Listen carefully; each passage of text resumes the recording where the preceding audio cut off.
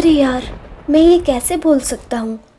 रुक, मैं मुर्दागढ़ चैम्बर 7 को चेक करना भूल गया। अभी करके आता हूँ। बोल्ड बॉय आशीष ने अपने दोस्त राजीव से कहा। वे दोनों जिला अस्पताल से अपने घर के लिए चल रहे थे। जब राजीव को कुछ बात याद आई, किसको पता चलेगा कि तूने ये नहीं किया। किसी को पता चल भी गया तो वो क्या उखाड़ लेगा। अरे याद नहीं, 3 साल पहले वो नर्स भी वही चेक करने गई थी और वापस नहीं आई। राजीव उसे आज का काम कल पर डालने के लिए कह रहा था, पर आशीष एक मेहनती आदमी था। तो चिंता मत कर, मैं यूं गया और यूं आया। अगर मैं 10 मिनट में नहीं लौटूंगा तब तुम मुझे ढूंढने आ जाना। आशीष को उसकी बातों का कोई असर नहीं हुआ। राजीव ने भी साहस का काम करते हुए उसे जाने दिया। 10 मिनट बीत गए, कोई नहीं। राजीव ने सोचा कुछ और देर इंतजार कर लेते हैं, पर जब 20 मिनट बाद भी वह नहीं आया तब राजीव उसकी खोज में जुट गया।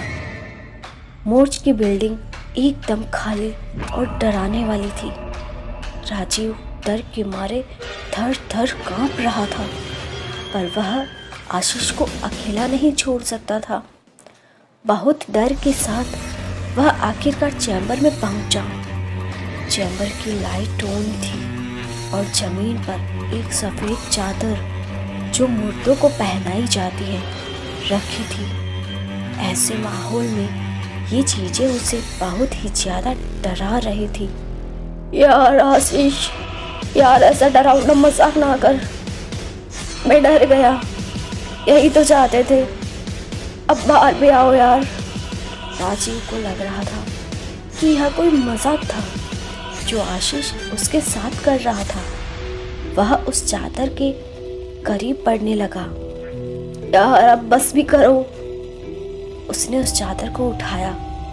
जैसे ही उसने चादर उठाई, चादर पर कुछ लाल गिरा। वह खून था। राजीव, इसे देखकर चीख उठा। तभी एक खून की बूंद उसके हाथ पर गिरी। उसने अपना सिर ऊपर उठाया और छत देखकर चीख उठा। उसने देखा कि आशीष की लाश छत पर टंगी है और उसका सर उल्टा मोड़ा है। वह तुरंत वहां से भाग गया। वह उसे छोड़कर मेन बिल्डिंग की ओर दौड़ने लगा। उसके और मेन बिल्डिंग के बीच एक घना जंगल था। उस जंगल को मौत का आंचल कहा जाता था।